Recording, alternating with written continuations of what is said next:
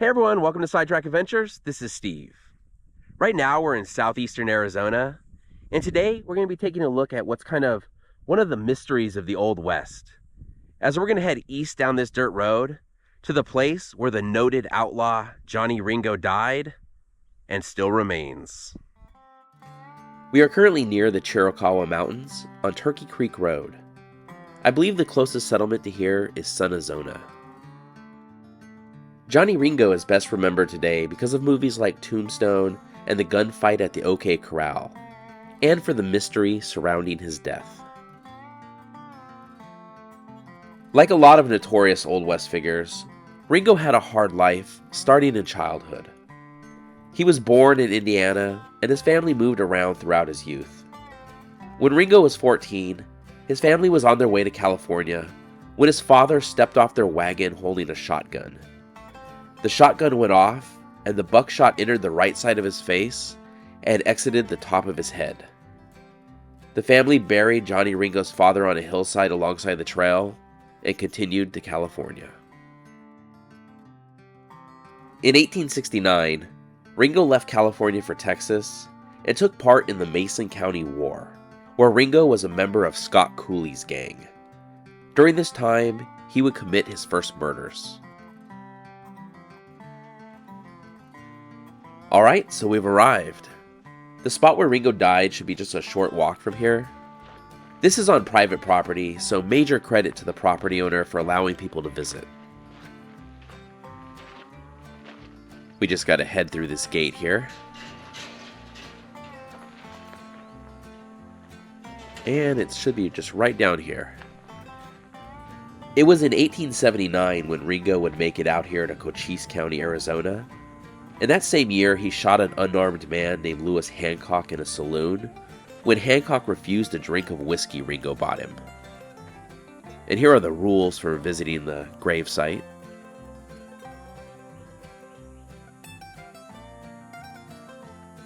Fortunately, Hancock survived his wound, but that kind of just shows you Ringo's temperament. He was known in Tombstone for having a bad temper and for being a drunk. In Tombstone in 1882, Ringo had a confrontation with the man he's probably most linked to these days, thanks to the movie Tombstone, Doc Holliday. The two men traded threats and were headed for a gunfight when both were arrested for carrying weapons in town.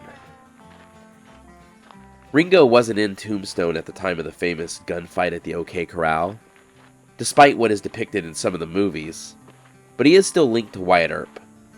The Earps suspected Ringo of taking part in the 1881 ambush of Virgil Earp that crippled him for life, and the 1882 murder of Morgan Earp while he was shooting pool in a Tombstone saloon. And here is Johnny Ringo's grave, just a few feet from where his body was found. During Tombstone's 4th of July celebration in 1882, Ringo was said to have gotten very drunk, then left town 2 days later taking several bottles of alcohol with him.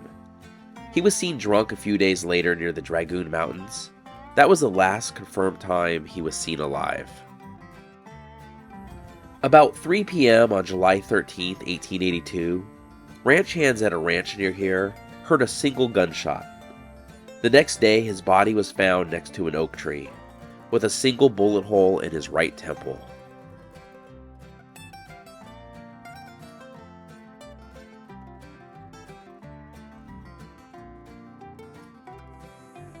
His feet were wrapped in strips of cloth torn from his undershirt. Ringo had lost his horse with his boots tied to the saddle, and according to the coroner report, had traveled a short distance in that condition. His horse was found a couple of days later. The official report was that he committed suicide, but there have been a number of competing theories over the years. If you've seen the movie Tombstone, in that movie it's Doc Holliday who kills Ringo. That probably didn't happen, as Holliday was spotted in Colorado a few days before and a few days after Ringo's death. Plus, there was still an outstanding murder warrant in Arizona for Holliday's arrest, so it's unlikely he would have returned. And of course, there are always theories that Wyatt Earp killed him, or any number of other people may have done the deed, but I usually find the simplest explanation is probably the most likely. Whatever the case, this is where Ringo's body was found. I imagine this area looks pretty much the same way it would have in Ringo's time.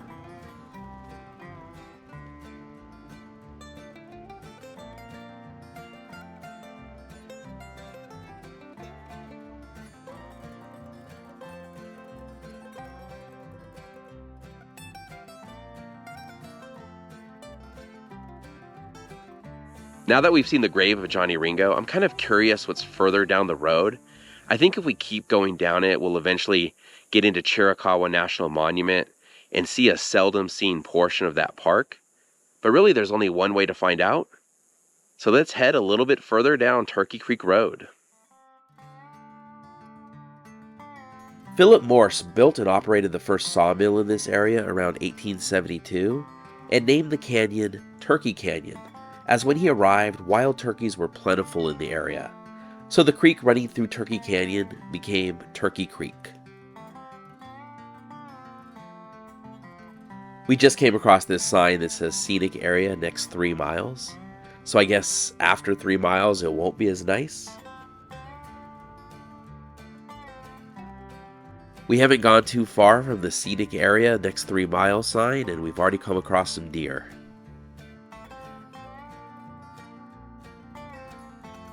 I really wasn't expecting to see much in the way of wildlife today because today is a hot one. It is over 100 degrees right now.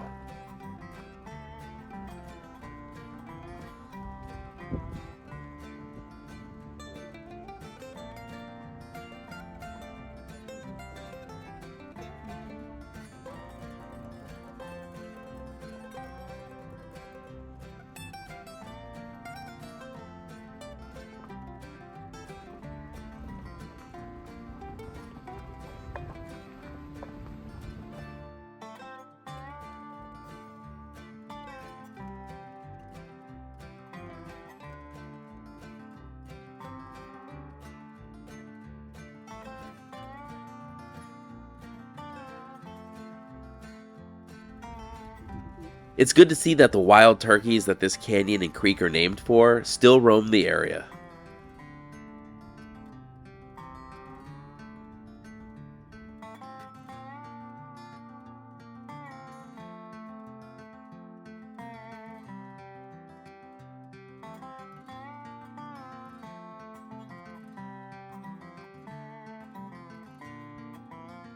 I briefly had service and I was able to check the map, and I was wrong. There is no way we're getting into Chiricahua National Monument from here, but we have just entered Coronado National Forest. And apparently here we need to be on the lookout for bears, among other things.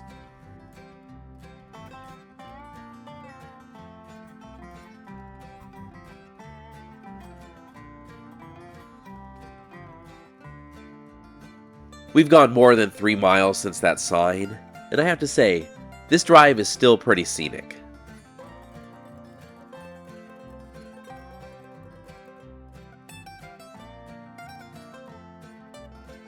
As we were driving by, I noticed what looks like the ruins of an old cabin back in the brush, so I just had to stop and check this out real quick. There's some sort of rails kind of lining the path here. And here's what's left of the cabin.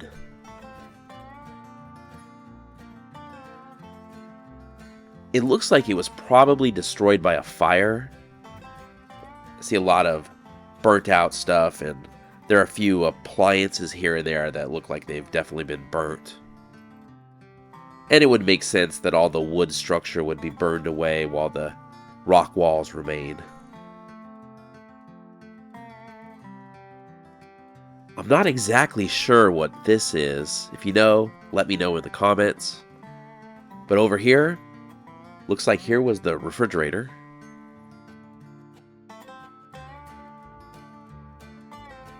There was a huge fire in this area around 2011, I'm not sure if that's what would have destroyed this building, but I know that fire did tens of millions of dollars in damage.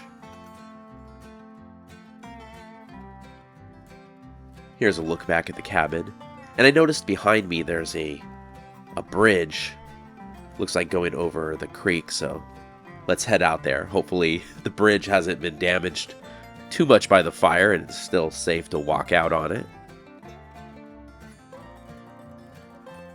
It seems safe enough. I know, famous last words.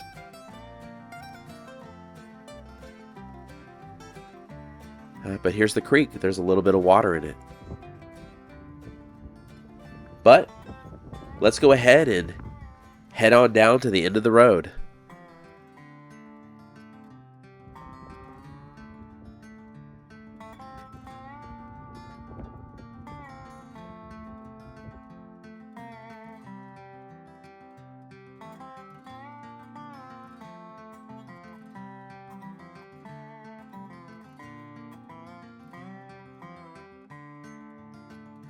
We're about a mile and a half, 2 miles from the end of the road now, and we've just come across this campground. I imagine this is a fantastic place to camp, with very little traffic going by.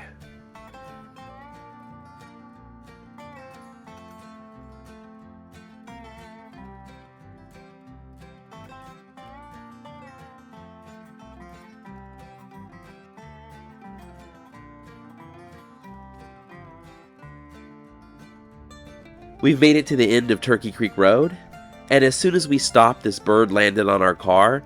It has been going to war with itself in our mirror.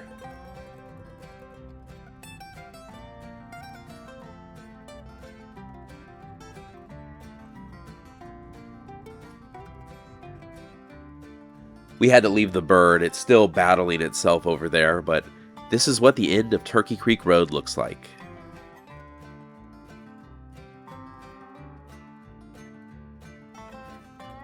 There are a few more deer here at the end of the road as well. We've seen about 20 or so far on this drive.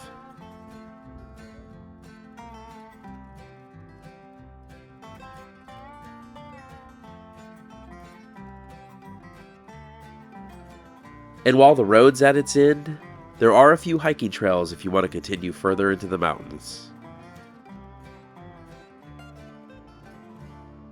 Okay, so we didn't quite make it into the National Monument, but that's our look at the grave of Johnny Ringo and what's down Turkey Creek Road. Thank you so much for watching. If you enjoyed the video, please give it a thumbs up, consider subscribing, and we'll see you next week.